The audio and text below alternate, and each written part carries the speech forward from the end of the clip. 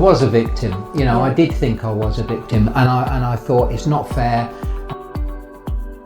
And I describe in the book that in those days it was like you was putting £5,000 in the fruit machine and pulling the handle and you was feeding it. We was feeding the business £5,000, you know, every second was going in. When you opened the doors of that new shop, it was £9,000 that it cost to open the door, put a key in the lock every day. Today we've got a great entrepreneur sitting opposite me, and that's Neville Wright. Thank you very much for agreeing to be on my podcast. You're welcome, Gary. Brilliant.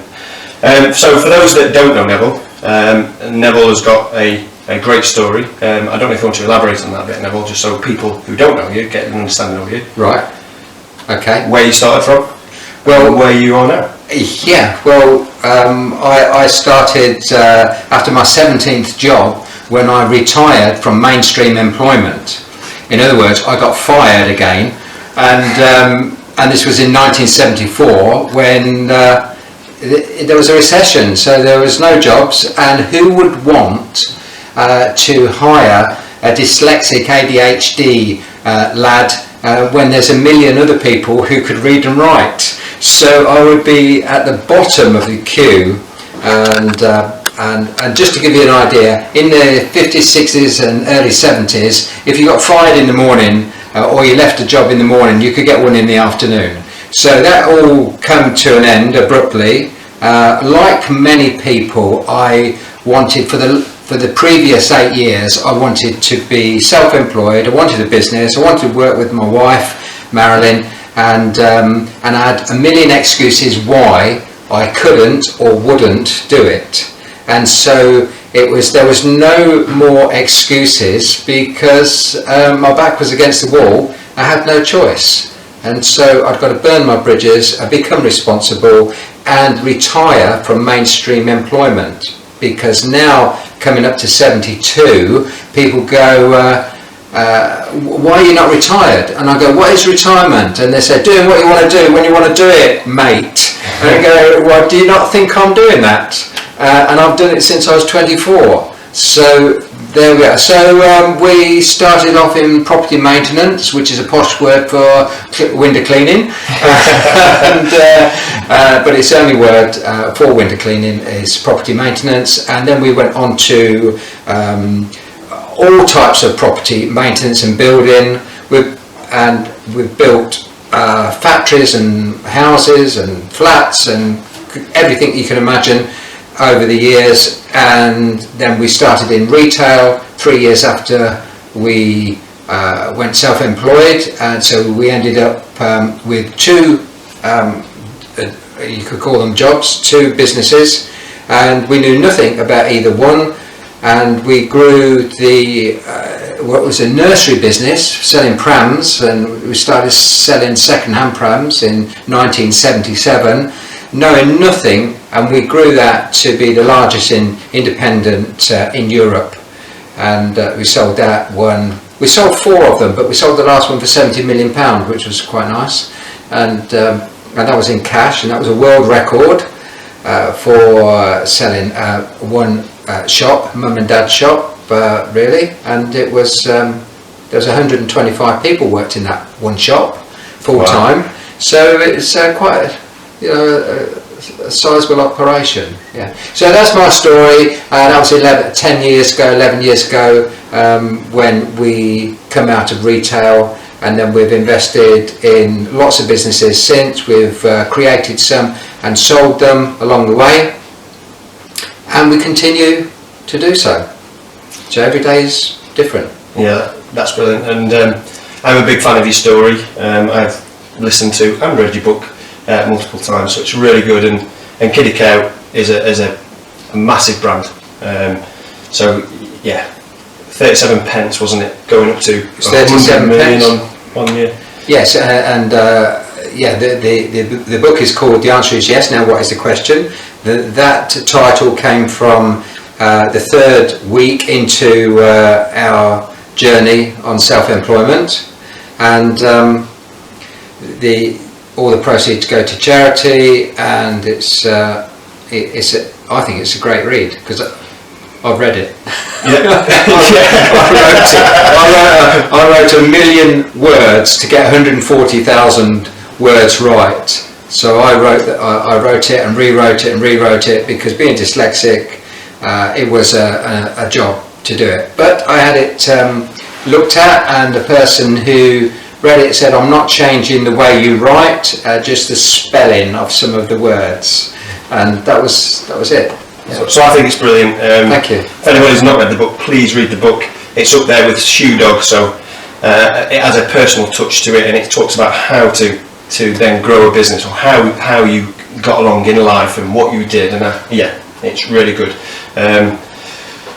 Going back to what you mentioned earlier, you mentioned that you've been sacked or laid off from your job. Fired, I think I said. Fired. Well deserved, because I'll just jump in there if I may, and whatever you think about comes true. And it doesn't. It says on here, this is on my website. It says, manifest everything that you want. Start now by reading my book. Oh, well, that's an advert. Sorry, but it does say manifest everything you want. And so I manifested that to be fired, really. I didn't really want to be fired, but I didn't want the job. So if you really hate something so bad, and you want to leave that job, don't worry about it, because you're going to get fired with your attitude. Yeah. So whatever you manifest in life, you get, good or bad. There's no difference. You'll get it. The law of attraction. The law of attraction. Yeah. Yes. Massive believer. Massive believer. And I think if you believe it, the universe will serve it to you, and you've got to then. That will then direct the way that you think. Yes. As soon as you start believing it, and if you believe that you are meant to be this type of person, an entrepreneur, and going that way, you start to think about it more, and you start to then formulate your own plan of where you want to be. So yeah, I think it's massively important. But you also mentioned who would want to employ somebody with ADHD, and who would want to have somebody that's dyslexic. And that brings on a point of labels and stigmas that people have, because I don't see somebody who's got dyslexia, I don't see somebody who's got ADHD. Why? I see somebody who's got yeah, but I see somebody who's got great potential. Yes. Because people will go down and focus on a way that this person can't do something because it's the way the society tells us to believe. But when you scratch the surface, that person might be brilliant and above anybody you've ever met in a set skill. So I wondered how you felt about that, and how you then adapted it to your own personal growth. Dyslexia and ADHD was the catalyst for me to be successful. So I embrace it. I think it's brilliant, and I would say you're hired to anybody who comes along and has got these things, because most people don't realise the value of somebody. And I won't say everybody in kiddie care had dyslexia and ADHD, but a lot of people did, and a lot of people thought different, and it was great. And that's what made the business so successful, the people, their attitudes and everything. And so we wasn't afraid of letting people go their own way. So if they'd got some kind of talent that they liked and they wanted to use it, then we made space for them, and we developed their talent inside the business, which in essence it grew the business in lots of ways that we didn't expect. You don't expect these things, but every day is a new opportunity to bring new things into the business. So so that's the way I think of it. They didn't realise when I was a child in the 50s and the 60s, they just thought you were stupid. They had a curriculum, and in fact I don't think the curriculum is right, because they make you do things you can't do and don't want to do and incapable of doing at that present time, and so they force you to do more of it, which makes you even more depressed and anxiety and worried, and you don't want to go to school. because you can't do those things. They're pushing on you, and they push these things on you because you can't do them. And it should be exactly the opposite way. Do what you can do and do it the best. And then when you've done that and you want to learn, and you have to have things in place when you go into business, and you learn those things. And if you can't learn them, you get other people to come in that have got that talent and don't want to be self-employed, don't want to take on what we took on, but they want to contribute. And so these people are 100% in contributing because they're doing something they love doing. Yeah, I totally agree with that. I see education as, I think school is important in some ways, but as long as it's done correctly, as long as you're inspiring children, and sometimes children need to be inspired in certain ways, and adults as well, I think, need to be inspired in certain ways. I just want to, so with the education, would you say you educated yourself more after school? Oh yes, yeah. I believe in education. That it's one thing that you need is education, but not all education is the same. And you will find, I found after leaving school, I educated myself, and after going self-employed, I really started to educate myself, because there was a need and a want and a desire and everything. Well, you've got to have those desires to educate yourself. Whatever age you are, you've got to have the need and the want, and that comes along. Yeah, people are not, very often they're not ready to be educated in some ways, and they will get educated when they're ready. And it doesn't matter whether you're 20 or 50 or 70, I educate myself every day. So in lots of different things that I'm interested in. And a lot of things I don't know I'm interested in until I turn on this, the computer, or look at my phone and I see something and something pops up and I'm interested in that. And I might be interested in it to learn about it for 5 minutes or 5 hours or 50 hours, whatever it takes. And if you're interested in something, that's fine. But you've got the choice. In school, you haven't got the choice. Between 9 and 10 it's writing, and between 10 and 11 it's history and blah blah blah and whatever, and you haven't got that choice. I have that choice every day, whether I spend 10 minutes on something or 10 hours. So it's and then enthusiasm kicks in and you can make something of that. I think a lot of kids are wasting their time in the education system as it is. I would like to see kids leave school at 14, and while they've still got their whys with them, while they've still got their brain excited, while they're still have got that child's brain of learning, not necessarily the curriculum, but learning in life. Because I think between 14 and 18 it's kicked out of you, and you're brainwashed into a different world.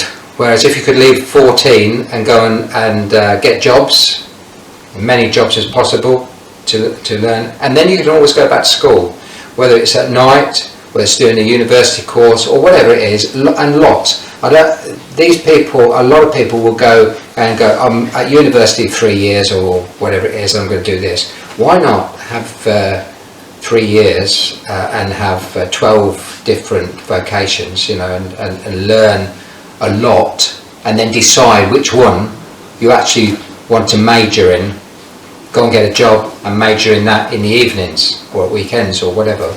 Yeah, so my way of learning is probably a little bit different to the mainstream. But I think a lot of people would enjoy your way of learning rather than going down the mainstream, because I agree, when you get to 14 and 18 you are scripted to pass an exam. Yeah, if you can remember something, then you pass it and you get a certificate. And so many people get a certificate for something they hate, but they're good at retaining the answers to the questions, but that doesn't mean that they're going to make any use of these skills, or not skills because they haven't got skills, these bits of paper. They can go and get a job, but it doesn't mean that they're a good employee. They could be the worst you know, and if they're not excited, if you're not in your element in doing something, I'll call it work, right? But if you are in your element and you want to know everything about that job, everything about the equipment, everything about what you are doing, what difference do you make to that company, what difference do you make to the people's lives who are their customers, then, and you're in your element doing it, and you've got no idea of time because it's what you're doing that you're focusing on, that's what makes a good person, not somebody who says, oh, I've got a certificate but I hate this bloody job. Yeah. It's all about living, isn't it? And not being. You can fall into that trap of not being and not fulfill your potential. Yeah. Yeah, it's. I think it's a tough world. I try to inspire my children to understand what they want. So not to just say, well, I want to be this. Well, what is this? What does it mean to you? What work do you need to get there? And then what would it feel like? So go and speak to the people that are already doing it to then get through it. And I think what you touched on with the choices as well. The choices is really good that you've got choices, but I think it's important to know that while you're making your own choices, your choices can then, you can go and find ways around things. So when you can't do something, your choice is you can find somebody who can do something. And especially with business, and especially the people that I'm trying to inspire with this podcast are all for people that are setting up their own businesses. Right. The ones that are trying to work their own path to their own enjoyment of, well, if you enjoy what you do, you'll never work a day in your life, and that's what these people want. So I want them to understand that through your inspirational story that you're so talented in so many ways, and just by somebody saying, well, you've not followed this route, doesn't mean that you can't do what you want to do, if that makes sense. Yeah, it does. And if somebody has been labelled, go back to that labelling again, well, that's good, because you've got something you've got a benchmark to prove people wrong. And I remember teachers going, right, you'll never amount to anything. Okay, you know, well, I'm good at chess, you know, and so therefore I am good at something, you know, and so you build on that. And chess has been a great thing for me because I learned chess when I was about 12, and it's all about your opponents, what moves are they going to make, which will either benefit or not benefit yourself. And so you're always anticipating, you're always looking, if I do this, what is the outcome? If I do this, this and this, then what will be the outcome? And then something will crop up in between when you've got your moves ready, you know, 2, 3, 4, 5, 6 moves ready, and something will come along and stop you. And this is good. This is just like business. So very often you only want to have 2 moves, not 6 or 7. And a lot of people will have all these moves ready and it will come to nothing because they've set this up and this and they set all the ducks up in a row, which is fine in some cases, especially if you're building. You know, there's no point getting on site and saying, oh, well, the roof's arrived, but the walls are not up and the foundations are not in. So I don't mean that. I mean, you've got to get all your ducks in a row for that. So the building process, but if you go too far and you haven't done the first thing, then it all collapses because a lot of it is theory and not practice. So you've got to be in it to win it. You've got to get in it, and most people are waiting. It's like I describe in my book, going self-employed is like standing on a 15-metre diving board at the swimming pool, and they haven't turned the heating on in the swimming pool. It's freezing cold. And so, are you going to jump? And the answer is no, really. You're not going to jump because it's nice, you know. It's better where you are, and while it's better where you are, you're not going to jump. And when you do, and so if somebody pushes you, which is the greatest thing ever, somebody gives you a push, you can't go back, and you're in that water, and it's freezing cold, but actually, after a few minutes, it becomes warm. And after a few minutes, you learn to swim. and you learn to acclimatise to what's going on. And that is like business. Too many people sit on the sidelines, too many people sit on that diving board thinking the water will get warmer soon, maybe it'll get higher and I won't have so far to jump, maybe I'll get a raise where I hate this job and I'll be alright. I agree with that wholeheartedly. I think you need to adapt in business, but would you say that you adapted throughout your business? Because I like what you mentioned in your book, you need to have an end goal, you need to have something at the end that you need to achieve. Yeah. But did you adapt that ending as you... I've got lots of endings, every day, every week, every month, every year, lots of endings, lots of projects. So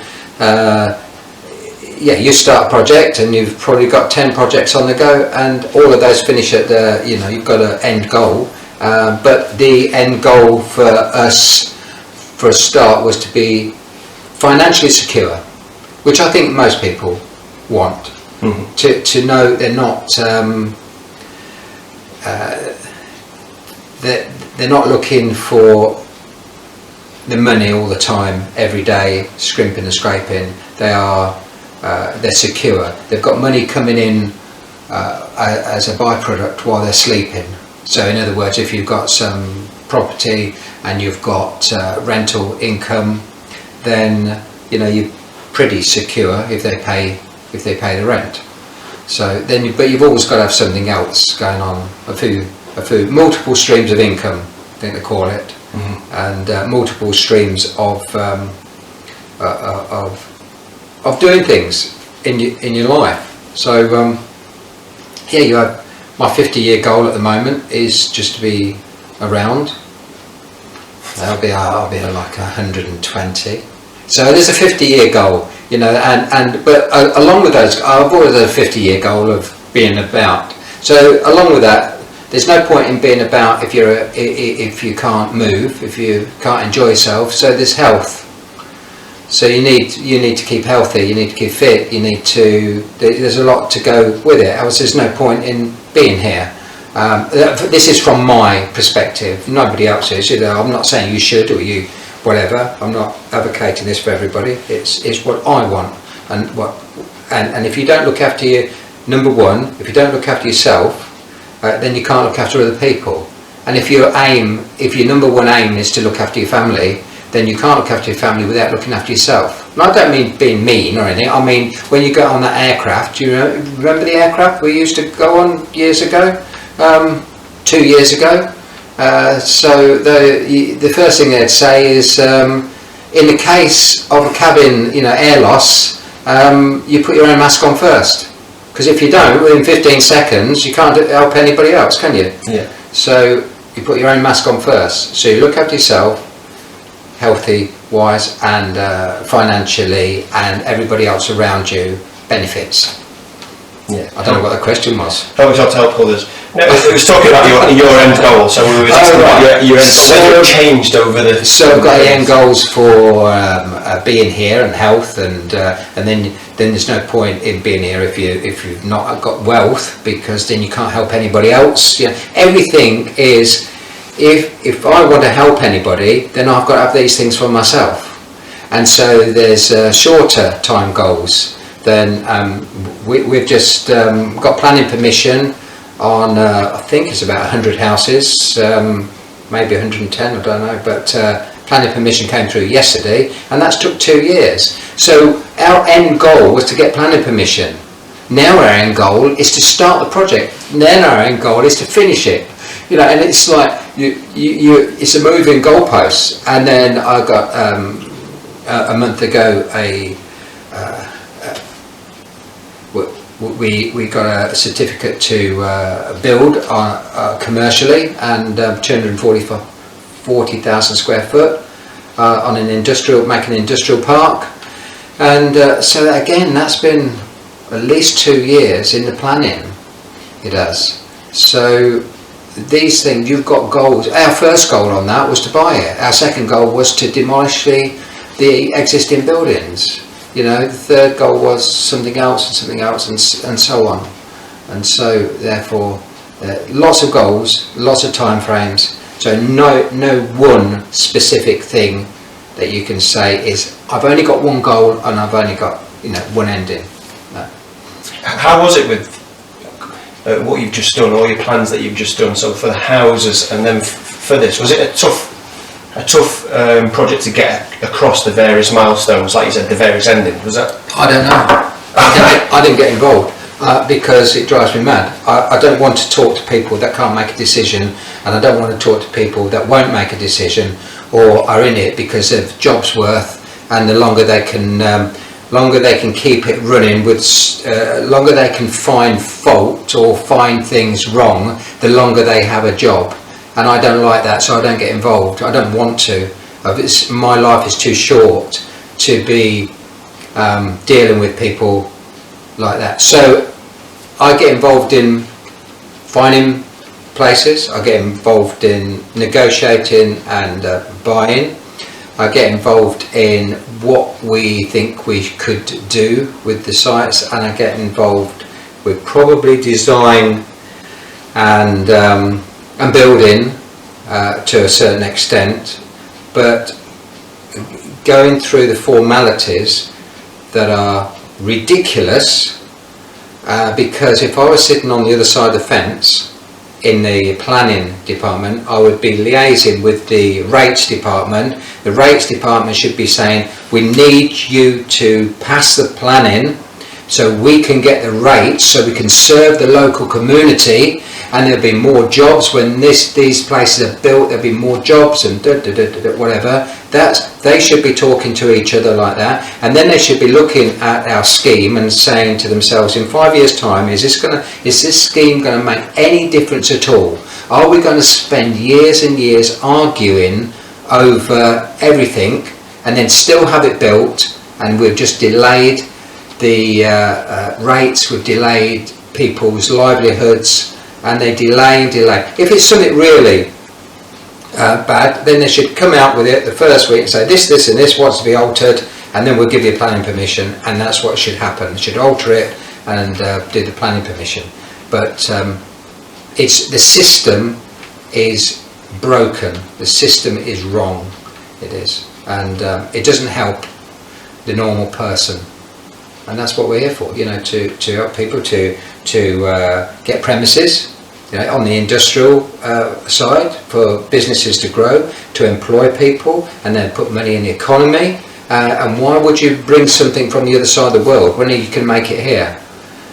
Nobody is joined up. Nobody's thinking of the big picture, and so it infuriates me. And there's no point in going to meetings where you can't make a difference, so I don't go. So would you say you surround yourself with the specialists and the team that can? Yeah, just get them to leverage it all out. They got more patience. Get them to. They got more patience than me, and I've been there and I've done it. So I don't like it because of those reasons what I've just said. So why would I do it now? Exactly. Yeah, I think that's important. Why would you do something that you don't like, which you've identified that you don't like, and then do it again? If they took notice and we got them through, then that's all I would do, because I'd be making a difference in the world or in our area, and I would pursue that. And you'd be asking the question, what happens? And I go, I don't know. Somebody buys the land and I go and negotiate the planning. I'd be doing that if I felt that I was good at it, but I'm not good at listening to crap. So I'm not good at it. It doesn't work. So working on your business, not in your business, it's still making it tick, but you don't need to know everything, do you? You don't need to micromanage. Would you say it's important then, because you've worked over the years with your family, with the right people? Do you think it's important to surround yourself with the right people that work with yourself? It's the only thing to do, but else you wouldn't get anything done. How can one person create a big business without lots of other people? So it's natural, it is. So if you want something and you manifest it, this is what I want, and you find a gap, Well, you have to fill that gap, and it's as easy as that. So you find somebody, and the people go, oh, but I've got to find the right person. Oh, well, have you? You know, it's yes, you have got to find the right person, but does that mean that you're going to procrastinate and not build your business because you can't find the right person? And when that person does come along, how do you know they're the right person? And if they are the right person and everything goes all right, maybe they'll get a divorce and leave the area. Maybe they'll die. Maybe they'll have another problem and it won't go right. So therefore, you've probably wasted a year of your life waiting for the right person to come along when actually it all goes tits up, and it's wrong. So you employ, you've got a vacancy, you employ somebody, and if they are willing to learn and they fit in right, then that's fine. But how do you know you're going to get on with them? You've got to make that decision. And Nike said, do it and do it now, or something like that. Did they say that? Or is it me who said that? I know. No, my father said that. Do it now. Not now. I told you to do it 5 minutes ago. It's like, do it. Make that decision and do it. And then you got those consequences. Can you train the person? Are they making a difference? Do you need another person? Then you get another person and another one. And unfortunately, if the first person wasn't right, then they've tried, and there's other jobs for them. And you never know, because they've probably got skills that you never knew about. So don't hang about in building your business on getting the right people, because you're going to be very disappointed.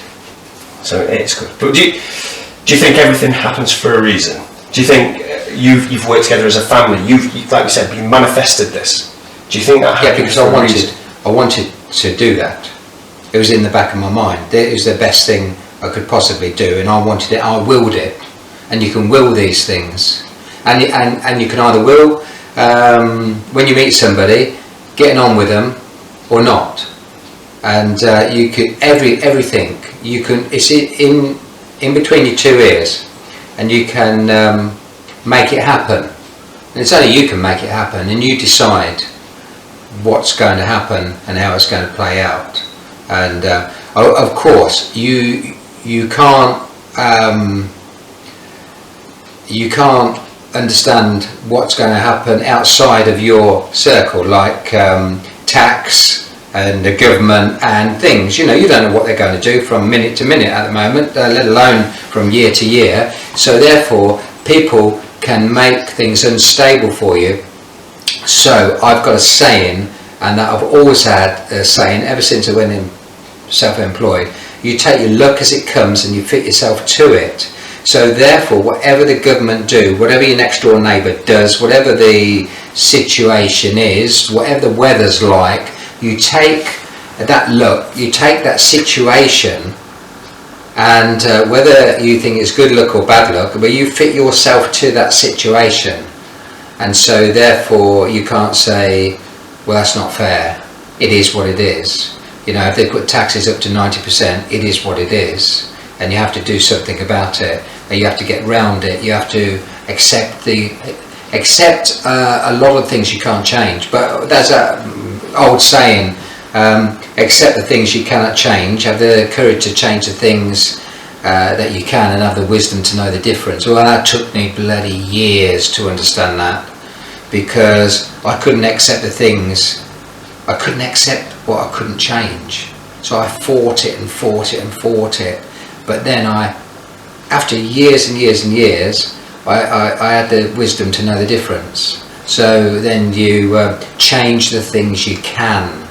In other words, people say about pissing in the wind, you turn around, so the wind isn't coming forward, to you. It's like you have to turn round and fit yourself to it and accept things. A lot of people cannot accept things, what's happened in their lives, and so they're using it as a crutch for the rest. I should have, I could have, but I didn't, you know, and this is what happened, and this is what they go, oh, my partner let me down, you know, and and if it wasn't for that, I would have been rich, you know. And no, you wouldn't, you'd have found some other excuse. And some people don't trust other people, and I say in the book, it's a sad situation when you don't trust people, and even some people don't trust the person they see in the mirror when they're shaving every morning, you know. It's and that's sad that's the situation. So you've got to take your luck as it comes, whatever it is, whether you class it as good or bad. Then you've got to fit yourself to it and make the best of it, and go round and make it work. And that's what happens every day in business. Yeah, I love that. I love that you framed it in such a way that it is about personal growth, and like you said, you found things later on in life that you couldn't accept certain bits, and the government are always changing, and you've just got to react. So yeah, I love that, and I think that will help everybody that is listening, because this is the whole point of this show, is to help people grow, and it's not going to be easy, is it? I had an interview yesterday, and somebody said, the person who was interviewed said, would it not have been a lot better, Neville, for you to have gone from zero, gone straight up to success all the way, without having all the problems and everything what was off, because he'd read my book and said, Christ, you have a lot of problems, she did, but wouldn't it be far nicer, and if you could do it again, would you not like to go from where you started straight up to success? And I go, no, because that wouldn't have been a success, because that's too easy. It's like, if you are a mountain climber, why bother? Why are you going to try and climb a mountain, you know, for fun? Why would you do that when you know you could just walk up a slope and get to the top of the mountain? Is that fun to a mountain climber? You know, what about a triathlon? My daughter's an Ironman, so she's been all over the world doing Ironman, you know, and this is, if it was easy, why do it? Why do something that is easy and not fulfilling and not exciting, and you have to, you know, take what comes. And that is part of business, getting over the problems, solving the problems. And this is why, you know, you embrace problems. Bring me another. That's what I'm doing. Bring me another. You know, the more problems you're solving for people, the more that the business will grow, and the more money people will give you, so you can invest it into whatever and be secure. So solve people's problems, and they'll be flocking to you, and that's something. And in kiddie care, we were solving people's problems. Oh, I'm going to have this baby. What do I do with it? How do I carry it about? You know, what's going to happen? You know, and all that kind of stuff. We solved people's problems. We did, and so we helped people. You know, in the building industry, it was like, well, I've got a growing family. What am I going to do with them? I've only got a 2-bedroom house. Well, I need an extension. I solve people's problems. You know, and this is it. Plumbers solve people's problems every day because they don't like water flooding their houses. So the more you can do, the more problems you'll solve. Yeah, I love that. Yeah, I love that as well. Because a lot of people don't think that. A lot of people think it's for them, all about them, but it's not. It's all about. Some people said to me, if it wasn't for the customers, I'd be happy. No, well, you shouldn't be in that job. It's the customers you want to be happy, and then it'll make you happy. It's a lot of reverse psychology is in the book, and a lot of stuff is between the lines. And if people skim over it, well, they go, yeah, it's just another book. If people go, why did he do this, and why did they do that, and how did that work, and you know, against all odds, because when we went into the nursery business in 1977, there was, I think, 2,200 other nursery businesses in the country, and a lot of them was like 30 years old, and they're second or third generation, and they knew far more than us. They'd got more money than us because they got better premises than us. How come we went from being a nothing, selling a few second-hand prams in a 2-up 2-down terrace house, to becoming number one in independent shop in Europe? And then when we sold 10 years ago, there was only 250 shops left in this country. What happened? Why? You know, and it's so that, you know, these things can happen. They can. It's the way you think. It's the game of chess. Exactly. It's understanding your future moves. But the reason I liked your book is because in your book, yes, you'll go through all the hardship as well. It worked out, yes, it was the achievements which were brilliant, but it showed you getting up there, but the obstacles in the way, but you never gave up. You found a way around it. And that's what I really like about it, because you can see it, and I've seen it personally, where somebody gets to some hardship and it's like they can't see the wood for the trees. They can only see one exit rather than trying to work around it. Yeah, well, I had some good mentors, I did, and some excellent people that told me. Some of them was quite vicious in telling me where I was going wrong or my attitude, and they say your attitude will eventually decide where your altitude is, you know, and so when people are more interested in your business than you are, then you realise, you know, you're not doing it right. And so I had some good mentors, and the thing is, and if you're going to live another week or another year or another day, then why pack up? Why go backwards and forget about all the hard work you've done? Oh, is it too hard? Oh, you know, well, it's going to be harder. It was going to always be harder for me to go and get a job. Always, because somebody's going to tell me what to do. Somebody's going to remind me of what I couldn't do every day, and I didn't want that. So I didn't care how hard the job was. It was easier. All the pitfalls, all the problems, all the heartaches, and that it was easier than going back to be ridiculed. You know, so yeah, I might as well lose and be ridiculed, and unless I've lost myself, you know. So yeah, things were hard, but when it is hard, everybody pulls together and helps, and then you come up with some great stuff. You know, it's you learn to think outside the box and to do things different, because if it's not worked, or if somebody's coming along, that government has changed the change the law, whatever it may be, change things, and then you have to think of how do you get over it. And that's a great thing, because that's a good game. It is. You know, people will go to work for and then they'll go home and play a game.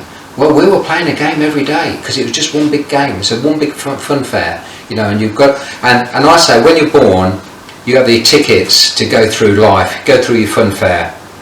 And some people stay in that fun fair all their life, and all they'll spend their tickets on is going on the cups, going round and round on the cups, you know, because that's easy, that's safe.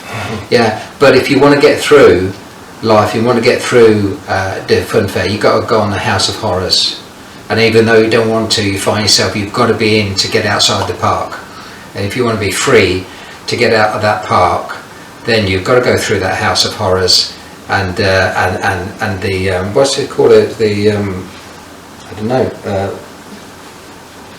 Things you go up and down on, and the roller coasters. Roller coaster. Oh, you got to go on some shit roller coasters in life. Yeah. So if you want to stop in the park, well, spend all your life tickets on the teacups and be safe. If you want to get out of the park into freedom, then you've got to go on the roller coaster in the House of Horrors to get through. And that is it, you know. Yeah, and with your eyes open as well. My father-in-law said, I interviewed him once a few years ago before he died, and I said to him, is there anything, on one of the questions, is there anything that you would recommend that I did? And he says, open your eyes, open your eyes. And he was, he'd had to go into hospital. He had a nervous breakdown years ago when he was young, had to go into hospital for electric treatment on his brain, and when he came out he got a job and he had to walk to work because he wasn't fit to drive a car, so he had to walk to work, and he had to hang on to the railings and people's fences as he walked to work so he didn't fall over. Right, not many people would do that now, but he did that because he needed to get back into work and feed his family, and he had to hang on to the railing so he didn't fall over some days. You know, that was and when I met him in 1966, he had 3 jobs going. He had a full-time job on shift work, and he had 2 other jobs in between the shift work. So you know, you have to do these things. You do. Oh yeah, that's phenomenal story that is. Do you think that's inspired you even more so to carry on? Well, it inspired me.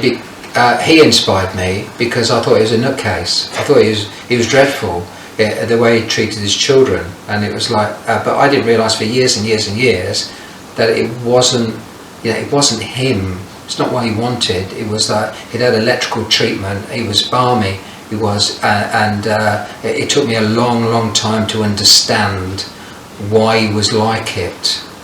And you know, it's so these things happen in life, and it drives you. So what I didn't know at the time how bad he was, but I knew how bad he was. With the children should be seen but not heard, and a good slapping would put pay to that. So that inspired me to be able to get Marilyn into some kind of freedom and out of that situation. So yeah, so you know, the darkest days, what they say, darkest day, they're always the light will come after the darkest days. You know, so it inspires you. Whatever it is, good or bad, it inspires you. It shows you your direction. It shows you the way that you want to go. You're either following somebody or you're choosing not to follow that the way that they are. To improve things. Yeah, I love that. I think that's very important, especially going forward. So we touched on mentors and mentorship. You offer mentorship as well, don't you? I do. Yeah. I mentor a lot of people that's in business, and probably been in business for 30 years. So they've got several businesses and they're doing a lot of things, and you know, everybody is looking. Everybody wants something, want to change things, and but go in the right direction, and they will just want another opinion from somebody who's been there and done it, or if they haven't, give an opinion, some logical opinion on the process and what to do, what to look out for, and is it a good idea that they've already got 4 businesses and they want a 5th? Is it a good idea, or are they just ruining the other 3? You know, 4. There's lots of things, and then I don't do a lot of startups because that is like in group session, but I do an hour with startups and say don't waste your money, just have an hour, and that will probably put you on the right road. And if I can dissuade people from making a mistake, then that's the best money they've ever spent for an hour, because they've saved probably a lot of heartache and a fortune in not doing something that they wanted. But on the other hand, if you see there's something in somebody and it makes sense, then again that hour spent there is well worth it, because it puts them on the right road mentally. And I've had lots of people who go, do you remember the hour I spent with you? I do. Yeah, 4 years ago. Yeah, well, my product's come to market now, and you know, you inspired me to get that product out. It was just an idea on paper when I come to see you. Now the product is out in the market, you know, and it's like, wow, that's good. And then some people come for, monthly or weekly, and it depends on where they are in their journey. And others, I'll get phone calls every single day when they're doing a deal to the next, because it does make a difference. So yeah, it's all types of things.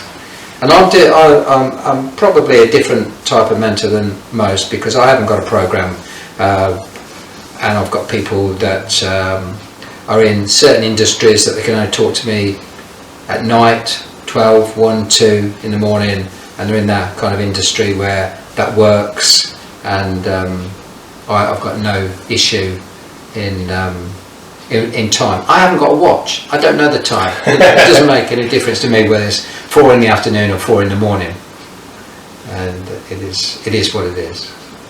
It's really good, and definitely something for me in the future as I grow is becoming down, because I like the way that you inspired all your workforce to work with you and continue to work with you when the chips were down in the beginning, and maybe during the journey of when you were getting kiddie care up there. And I think that's really good. For me, I want people to work for me, and like what you said, it's nice to know people and communicate with people and grow people and find their strengths and then allow them to come on. I'll just refine that a little bit. They worked with me because I didn't want people to work in a way for us.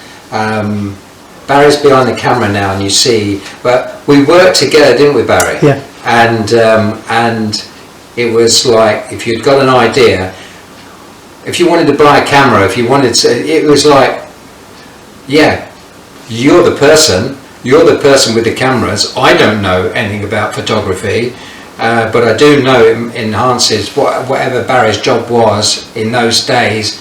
It was enhanced. It was for the company. It wasn't because he wanted a camera and he wanted to, play about with himself. He was like for the company. So he had the authority to get what he wanted, didn't he? Yeah. Yeah, and it was like he created his own job. So it was like a lot of people there created their own job, didn't they? Yeah, they did. They'd got a talent, and you'll find in the book there's a bit saying a job for Jackie. You want to read that piece, because that was a girl, phenomenal she was, and she was going to leave one day. She'd only been there a couple of weeks. She said, I hate it. And then we changed the job role. She loved it. And she created something that was needed, and it was brilliant. So, don't dismiss people, even because I say I'm leaving. You go, why? Why are you leaving? Because, I knew she wasn't happy, but I knew there must have been something.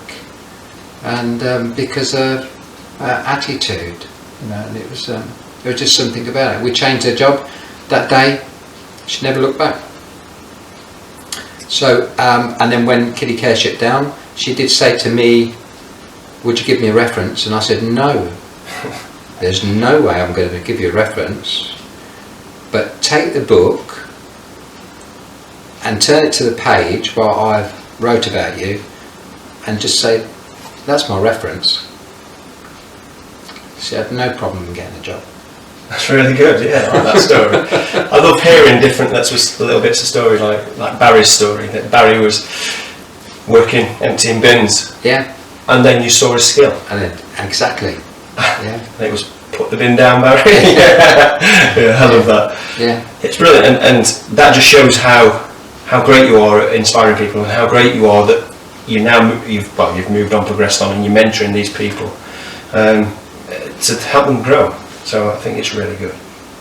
I'm going to do a slight change in direction and start talking about inspiration from other areas and where you take your inspiration from. So you said you look online and something might grab your attention. Yeah. And I've been seeing this guy, and you'll have to help me with his name again. Gary Vaynerchuk. I believe it's Gary Vaynerchuk. And I really like his approach to things. Right, okay. And I just wondered what you thought about Gary Vaynerchuk and his approach that nice guys no longer finish last. It's all about collaborative growing together. Oh well, I have seen bits and pieces. I've not seen a lot of him, but I've seen bits and pieces. I don't particularly watch other speakers because I don't want to be influenced. So when I go on a speaking engagement and there's probably 6 other speakers, I don't listen to them, because the problem is they might be speaking about what I'm going to speak about, and that's going to put me off, and I'm not going to want to speak. I'm not going to want to say the same thing. So I'd rather not know what they're speaking about, and then it keeps me focused on what I'm doing, what I've done, how I can help people. And if the other 5 speakers have said exactly the same thing, then that's good, that's reinforcing. But if I heard the other 5 speakers saying the same thing as me, that would put me off, and I think I've got to. So although I haven't, I've seen bits, but I haven't seen a lot. You said nice guys finish. So it used to be nice guys finish last. Right. He now says nice guys no longer finish last in some of his talks that he does. Okay. And he's talking about if you're, which you've already proved, if you're good to the people that you work with, you're good to the employees that are good to you, it then allows you to grow a lot more nowadays, because the culture has changed. And I just wondered whether I think you already had that culture anyway in your business years ago.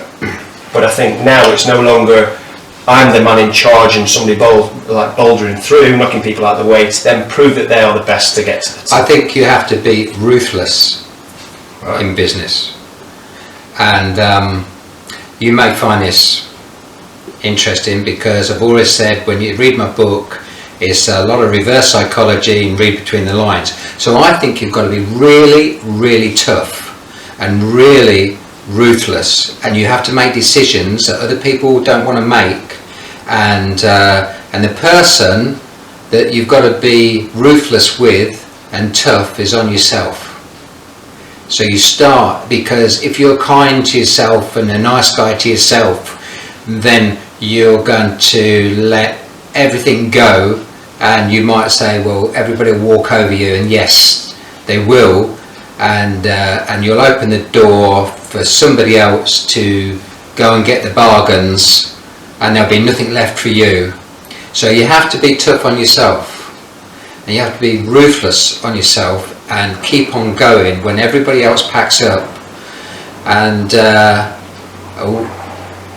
one of my mentors, Muhammad Ali, is in the my website, on my website, and he said, I start counting my press-ups when I'm exhausted. I start counting the punches when, I start skipping when everybody else has gone home after the 8 hours, and I've been skipping for 8 hours. That's when I start counting the skips, and it's like, this is it. You've got to be so ruthless on yourself that you can't give up. And I've done that on the building site. I've done it everywhere. This is why I say time is nothing. I can go from now, when we're finished here, I can go up to Scotland in the car, no problem, and not think anything about it. When I was in the 1970s, getting up to the 80s, if I wanted to go to Hunstanton, which is a seaside place, on a Saturday night, which I did because I had a caravan there, and that was an hour, I had to stop halfway because I was exhausted. I couldn't see the road, and that's when I was 30. Now I'm 70 odd. It's like I've got more energy now, more enthusiasm, more everything. So because everything when I was 30 was all new. I didn't know things. It was new, a new challenge, a new thing. I don't. How do you cope with it in business? And people do give up, and it's a challenge. Every single day was a challenge because it was new. Now, what is new now? It's like it's easier now because I've done it all over and over and over again. So it becomes easier, and you know what to expect. So nice guys. Right. Okay. So I went to see somebody. And I said, is this house for sale? This was 2 days ago, because they was clearing it out. And they go, And they looked at me because I was in working clothes, I got my high vis on, I got raggedy old jeans and toe protectors and that, and I was scruffy, and and they said, no, it's not for sale. I go, okay, all right. I said, I tried to buy a house a few years ago, but the person wasn't interested, and they go, okay, well, it is for sale, and it's £1 million. I go, oh, right, okay. And he says, what do you think of that? I says, well, it is what it is. He said, what would you pay for it? I said, well, I pay going rate, whatever the going rate is. He says, well, what about £1 million? I said, well, go to 3 estate agents, get their opinions, and then you'll know whether it's worth £1 million. You'll know whether you can get it. And I said, well, and then you can come back to me. And he goes, oh, so-and-so, the next door neighbour wants it. I said, well, okay, so you've spoken to the next door neighbour? Yes, and we said, and I said, well, fine. And now this is the nice guy coming out of me, because I can't make any difference at all. He's going to go to his next door neighbour, and he's going to go to the person across the road, because they've expressed interest in it before me. And that's fine. And I said, and if they don't buy it, that's fine. Come back to me, and I'll have a look at the price. So that's being a nice guy, you know, because you can't make any difference. They've decided they are not going to sell it to you, and they've got an opinion of me based on what I looked like. And when I said I'd already been and tried to buy it, their opinion of me slightly changed, and the price went up to say, there, you know, you can't afford it. Yeah. Anyway, so therefore, that's a nice guy coming at me. If you want something, I used to go to auctions in the 80s, and I used to see people that I knew, maybe estate agents, and I was bidding for somebody else or whatever. And if I wanted something and they were bidding, I would stop. I wouldn't bid against them. And I said to an estate agent who got this, I said, well, I would have bid more, but I didn't bid against you because, you know, you're obviously, we buy property from you. And he said, Neville, never do that. He says, when you're in an auction, never consider anybody else in the room. Doesn't matter who it is, whether I've been working with you for a few years or not. Do not consider anyone else. If you're in that auction room and you want something, you go for it and don't look at anybody else. I go, well, that's a weird way, that's a bit ruthless. But he was telling me I should have bid against him, and he was right. You know, in business, if you want something, you have to go and get it, and you can't open the door. When the half price sale comes along, you can't be first, you can't be queuing up there for 6 hours waiting for the sale to open because you really want whatever's in that sale, and then there's 100 people behind you, and then you open the door because you're first, and then you go, oh, come on through. Being polite and getting what you want in business is 2 different things. No, you've got to be there, you've got to be at front. People say to me, I could have bought that house, what you bought, or that shop or whatever. I go, no, you couldn't. Yes, I could. I'd got the money. I could. No, well, why didn't you buy it? Well, you bought it first. And why did I buy it first? Because I was up at 6 in the morning. I looked at it at 8 o'clock. I was in the estate agent at 9, and I give them the offer. And that's why I bought it. What time did you go? Oh, well, we didn't go till 11. No, because you didn't get off your arse to do it. Now, being nice, and I thought I was really nice because I made the effort to go. I made the effort to make the bid at 9 o'clock in the morning. Isn't that nice to the estate agent? Made it easy for him, made it easy for the person who's selling it. I didn't turn up at 11 and go, I want to negotiate. I said, that's the price, I'll give you the price, that's it, finish. So I was a nice guy to them, but I was ruthless to these others because I got up in the morning, got off my arse and went and bought it because they wanted it, but they didn't do it. So therefore, there is a balance there. If you want something, if you want to grow your business, then you've got to look at these things. You've got to say, what do I want? What do I need? I need to educate myself for a start, right? And I'll educate myself. And then when you've done your education, you look to the property, the price is right, everything's right, and then you're going to fail on your education by letting somebody else in the door first. That's just an example. I don't know what it means really. The question, I don't know what is it getting at. I don't know in context of what Gary Vaynerchuk is saying. It's the same context. What you just said is the same context. Okay. It's about so you're collaborative with the people that you're working with. You can grow strong with the people that you're working with. You adapt with the people that you're working with. So it's bringing everyone together to grow stronger. You're still going to take in action. You've still got to take that action. Yeah, which is great. You've got to. When I bought that property, then I had there was work for the builders.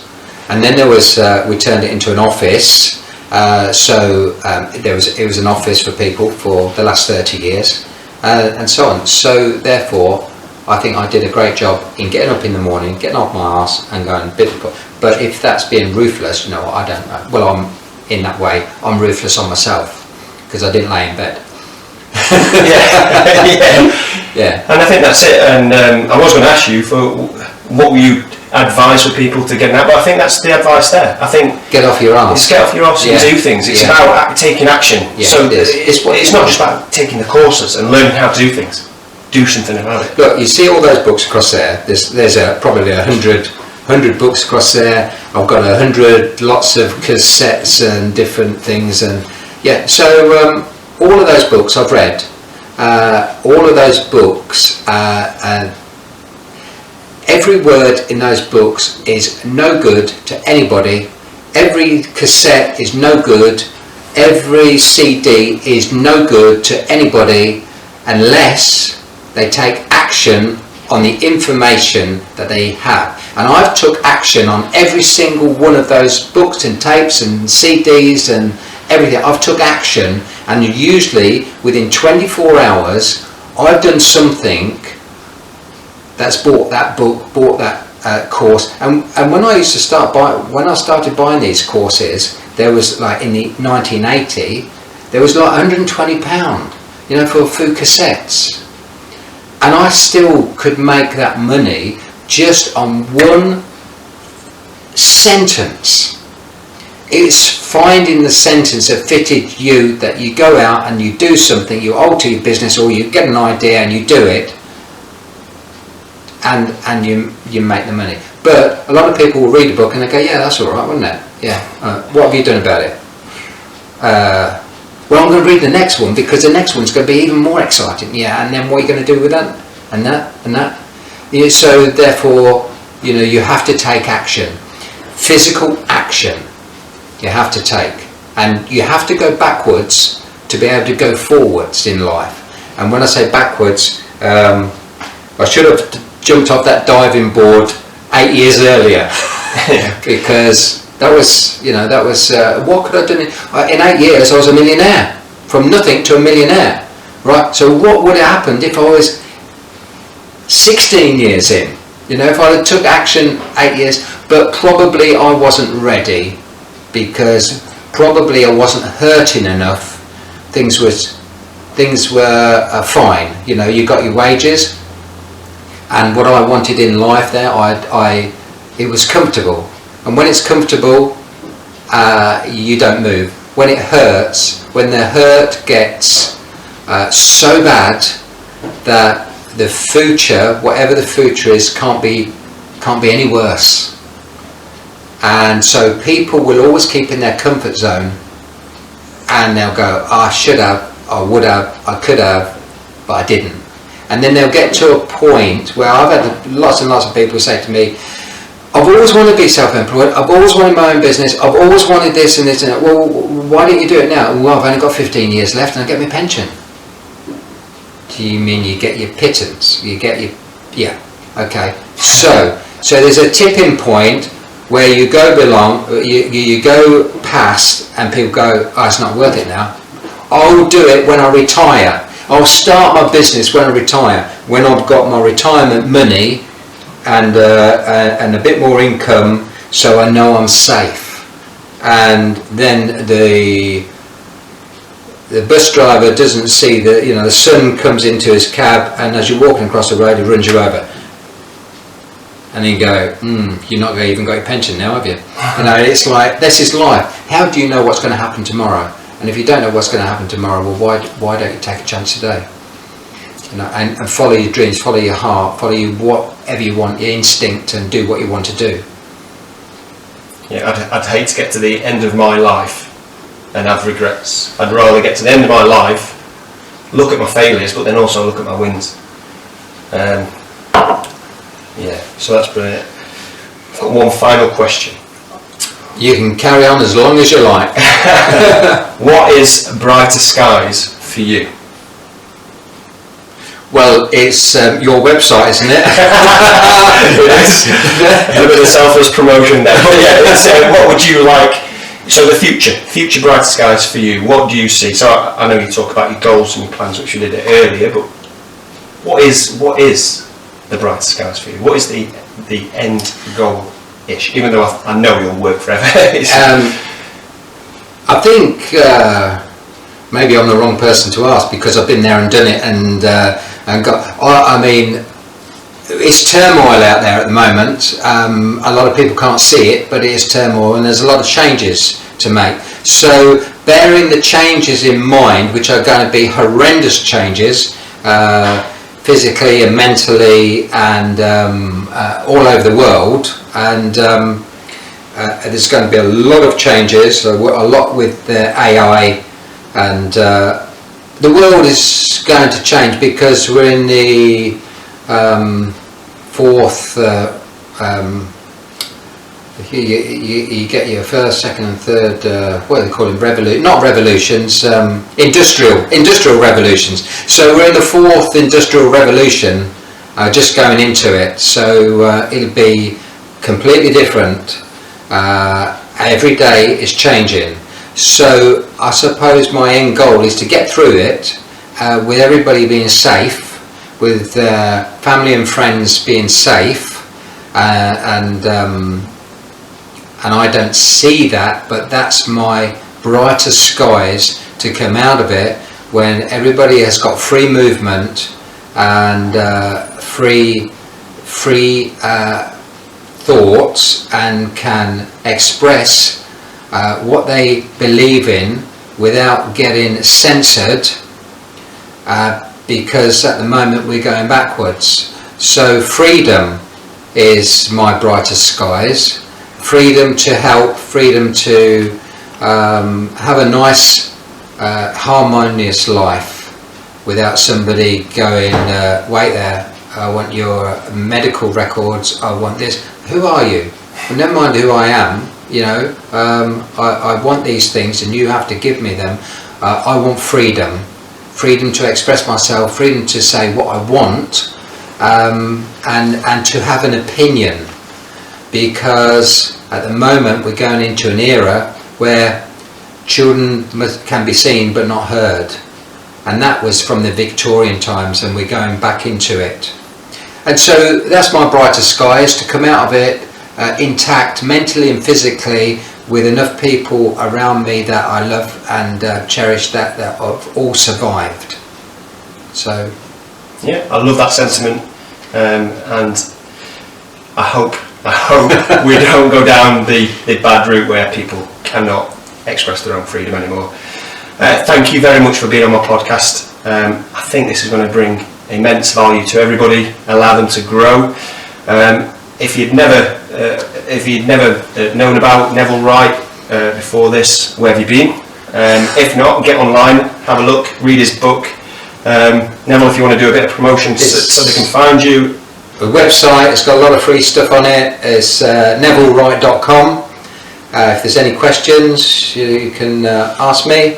If there's any suggestions, what I can, how I can enhance the website, then send them to Barry. Yeah, Barry has done a marvellous job on it, and you know, all thanks to him. Yeah, so there we are, nevillewright.com, and the answer is yes. Now, what is the question? If you don't laugh, when you read the book, if you don't laugh and you don't cry, I'll give you money back. But the money will have gone to charity anyway, so use it as a doorstop. And you will laugh. You will laugh. I've loved the book. Thank you again, Neville. It's been a massive pleasure, an honour to meet you. Been one of my heroes for years, so thank you. Thank you very much.